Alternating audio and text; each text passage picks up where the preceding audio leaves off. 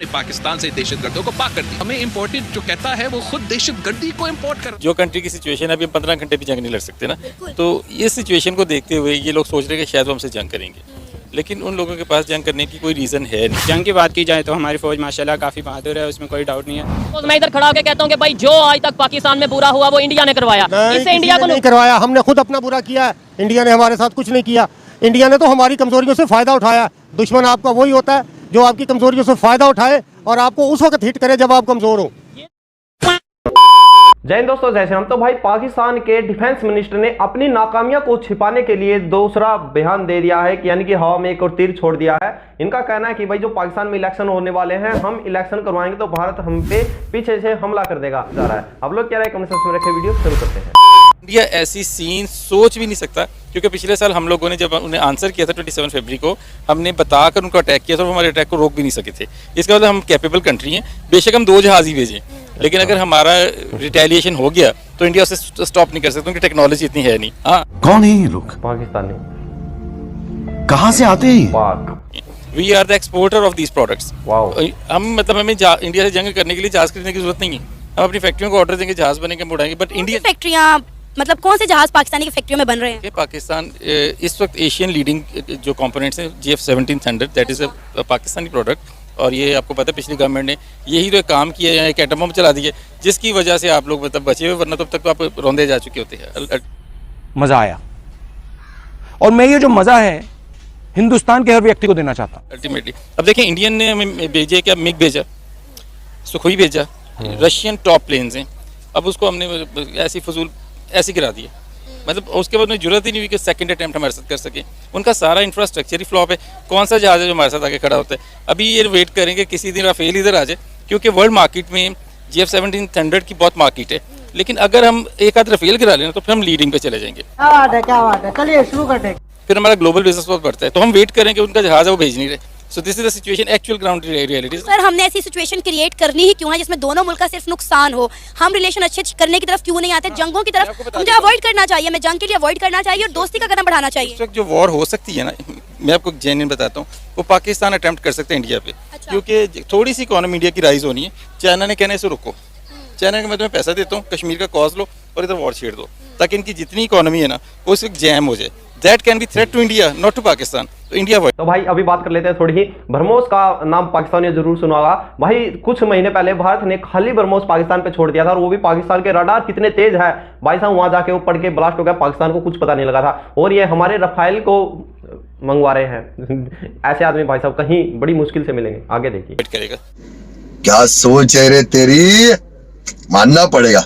हिम्मत है नहीं है ये एक अलहदा मैटर है। ये तो हम अगर हिस्ट्री में देखें तो बहुत सी चीजें सामने आती हैं, लेकिन बात ये है कि इंडिया हमला करेगा ही क्यों? अगर लेट्स सपोज अगर हमारी बुरी कंडीशन की वजह से हमला करना होता, उसने तो अभी तक जो हमारी कंडीशन है कुछ बेहतर तो नहीं है, तो अब कर देता। हम मकसद ये है कि हम हर चीज हर बात में इंडिया को क्यों ले आते हैं? इलेक्शन हो, गुरबत हो, पानी हो, या कोई भी चीज हो, हम कहते हैं ये इंडिया ने करवाया या इंडिया कर देगा। ऐसा क्यों? ऐसे नफरतें नहीं बढ़ती? ये सिर्फ सियासतदानों के ढकोसले हैं, उनकी घड़ी हुई बातें हैं। इंडिया खुद इस वक्त ये अपने दौर के सबसे बुरे वक्त में से गुजर रहा है। क्या बोला तूने? इतने मुआशी क्राइसिस में से गुजर रहा है। पाकिस्तान की हालत तो खैर बहुत ही बुरी है, हम तो डिफॉल्ट के करीब हैं। वो हमसे कदरे बेहतर है, मगर उसकी मुआशी हालत भी, जितना बड़ा वो सेटअप है, जितना बड़ा वो यूनिट है, उसके हवाले से हालत उसकी भी बहुत बुरी है। आपने ये खबर कहाँ से सुनी? मतलब हमने तो ये, हम खबर कवर करते हैं, हमने तो खबर ये सुनी है कि इंडिया दुनिया की 5वीं बड़ी इकॉनमी बन चुका है और आने वाले टाइम में 3री इकॉनमी बनने जा रहा है। हम तो ये सुन रहे हैं कि वो टेक्नोलॉजी में, IT में बहुत ग्रो कर रहा है। ये चीजें हम तो ये सुन रहे हैं, क्या हम गलत सुन रहे हैं? ये तमाम बातें जो है ये सारी मीडिया से परसीव्ड है, और सच नहीं है, नहीं ऑथेंटिक मीडिया से परसीव्ड है ये सारी। और उनका अपना मीडिया जो उनका जेन्युइन सोशल मीडिया के ऊपर उनके जो जेन्युइन एंकर्स हैं, रवीश कुमार जैसे, अभिसार शर्मा जैसे, ये सारी उनकी बातें हैं। करप्शन की इंतहा पे है इंडिया।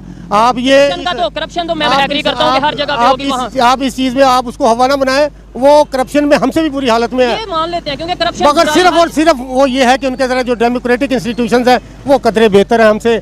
हमारे डेमोक्रेटिक इंस्टीट्यूट आप देख ले, कि हमारे सबसे बड़े इदारे सुप्रीम कोर्ट के हुक्म के बावजूद भी इनके लेम एक्सक्यूजेस सामने आ रहे हैं। अटैक कर देगा ये अटैक कर देगा, टोटल गलत कर देगा। हालत भी बहुत बुरी है, ठीक है, आपकी अपनी ओपिनियन है, मेरी अपनी ओपिनियन है, हक है अपनी ओपिनियन देने का, मे बी आप ठीक हो, लेकिन जो इंटरनेशनल मीडिया कह रहा है, सेकेंडली उनके जो रिलेशन है रशिया के साथ, अभी आज खबर आई है कि चाइना को काट के यूएस पहले नंबर पे उनका ट्रेड पार्टनर बन चुका है। मतलब बड़े बड़े कंट्री, यूएस हो, चाइना हो, रशिया हो, उनके साथ ट्रेड कर रहे हैं, इस्लामिक कंट्री उनके साथ ट्रेड कर रहे हैं। हमारे रिलेशन इंटरनेशनल लेवल पर, इंडिया के रिलेशन आप कहाँ पे देखते हैं? या ये बात देखें ना, वो अपनी करप्शन में भी अपने मुल्क की मफाद को पहले रखते हैं। हम करप्शन भी करते हैं और अपने मुल्क की मफाद को अपने पसे पुश्त डालते हैं। हमारे सारे इदारे इस वक्त अपनी बिल्कुल इस वक्त गहराई में अपनी मतलब एंड ऑफ द स्ट्रीम पे आ चुके हुए हैं। वो इनकी हालत बहुत बुरी है। अगर जल्द हमने बहैसियत कौम, बहैसियत मुल्क और इदारों को सरबराहों ने बहैसियत सरबराह इनको नहीं संभाला तो हम अपनी अगली नस्ल को ना बहुत बुरे हालात देके जाएंगे।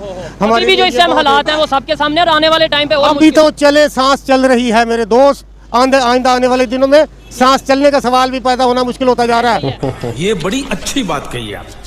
मुझे ये बताएं कि क्या इंडिया के पास इतना टाइम है कि इंडिया इस वक्त जो है पूरी उसका सोच, पूरा रुझान अपनी ग्रोथ की तरफ, अपनी डेवलपमेंट की तरफ है, वो इन चीज़ों को छोड़कर हमें इस तरह के थ्रेट्स दे? हम तो ऑलरेडी अपना बेड़ा गर्क हमने खुद किया हुआ है, इंडिया ने हमें क्या धमकाना है?